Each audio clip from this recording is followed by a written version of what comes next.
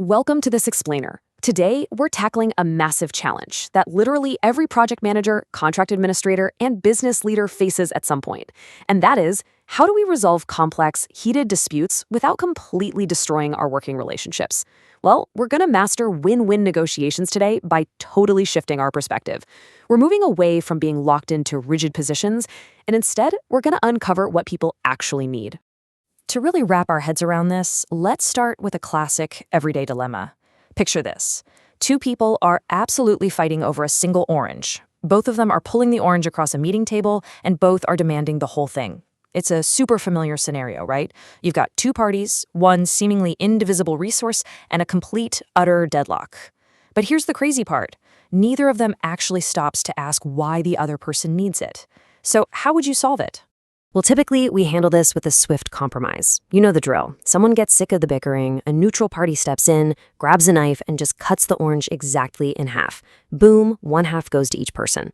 Now, this is what we call the distributive approach. It treats value as completely fixed, basically assuming that one party can only gain if the other party loses. But here is the real kicker.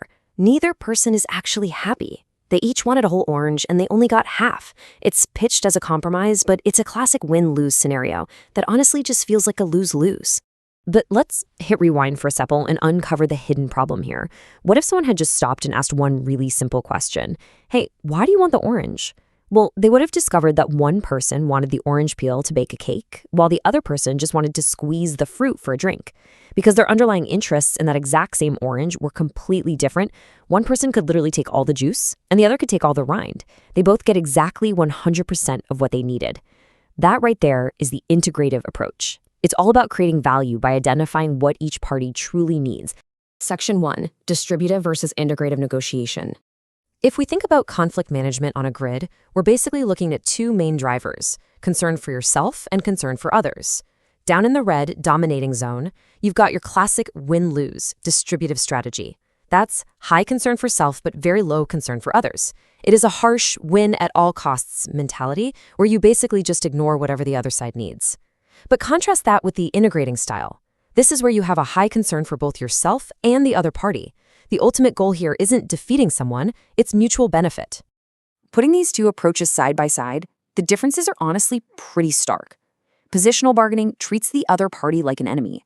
You demand concessions, you dig your heels into your positions, and communication just shuts down because you're fighting for a bigger slice of a totally fixed pie. Integrative bargaining, on the other hand, treats both parties as problem solvers. The focus is entirely on identifying interests, keeping those communication lines wide open, and actively hunting for win-win opportunities. To really cement this idea, let's listen to Mary Parker Follett, who was a total pioneer in constructive conflict. She describes this great situation in the Harvard Library, where one person wanted a window open, but she wanted it shut.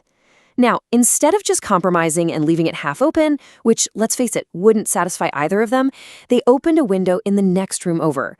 She noted that neither side had to sacrifice anything, and they both got what they really wanted. She just didn't want a cold wind blowing directly on her, and the other person just wanted some fresh air. By looking past their rigid, stated positions, they integrated their actual desires perfectly.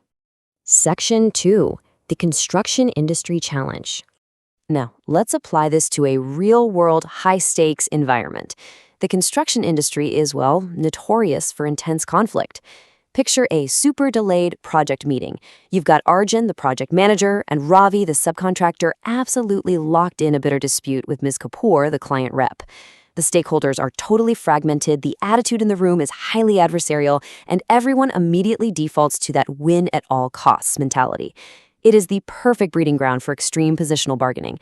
Everyone forgets about the juice and the rind, and they just start fighting over the whole orange. Section 3.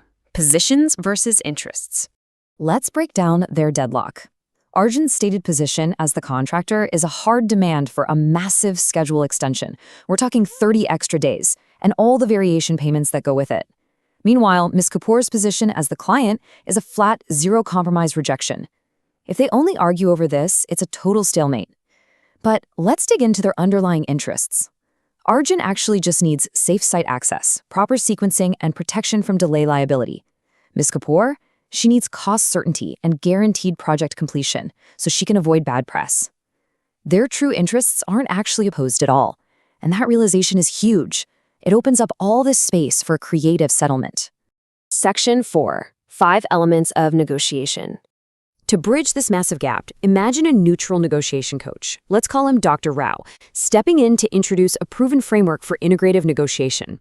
It comes down to 5 key elements.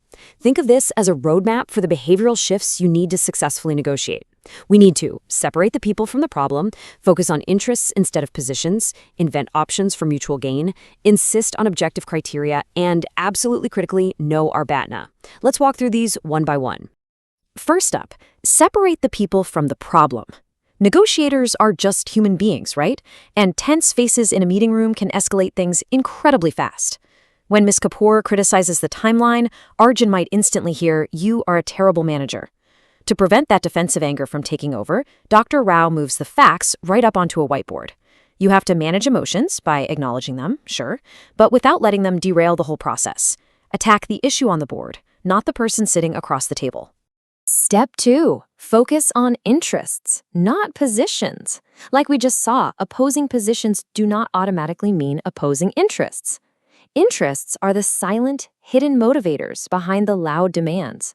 Uncovering the why, like why Arjun desperately needs those 30 days and why Mrs. Kapoor is terrified to approve them, reveals the shared needs, the risks, the constraints, and the priorities that actually form the foundation of a solid agreement. Step 3 is insisting on objective criteria. If you're arguing about delays, do not just rely on high-pressure tactics or getting emotional. Look at the hard facts: contract clauses, site records, productivity data, industry standards. Relying on objective evidence completely shifts the dynamic in the room. It strips away the emotional bargaining and helps build agreements that are measurable, clear, and most importantly, actually fair to both sides. Now, before you commit to anything, you absolutely must understand your alternatives. And that brings us to step 4. BATNA, your best alternative to a negotiated agreement. You also need to know your worst and probable alternatives. Basically, if this negotiation completely falls apart, what actually happens? Do you end up in a messy lawsuit? How much will that cost you in time and money? Having a cold, hard, realistic understanding of your actual leverage and the true cost of failure empowers you to stay focused on finding a workable solution. Section 5. Expanding the pie. A purely competitive negotiator just tries to violently grab as much of the existing pie as they can. But the integrative approach, it says, hey, let's actually increase the size of the pie first by generating new additional settlement options. For Arjun and Ms. Kapoor, instead of just arguing back and forth over those 30 days, what if they agree to a shared mitigation plan? Things like project resequencing, partial site access, maybe even extended working hours. By generating these creative options on a solution board, both parties protect their overall value instead of just trying to figure out how to split a loss. So the next time you find yourself stuck in a total deadlock, I want you to remember the orange. Just stop defending your position for a second, take a step back, and ask yourself, what is the true orange your opponent is actually fighting for? Because the absolute best negotiators out there, they don't fight over positions. They uncover interests, and they create better choices for everyone involved. So remember, ask why, find those interests, create options, use evidence, and build a real agreement. Thanks so much for joining me on this explainer.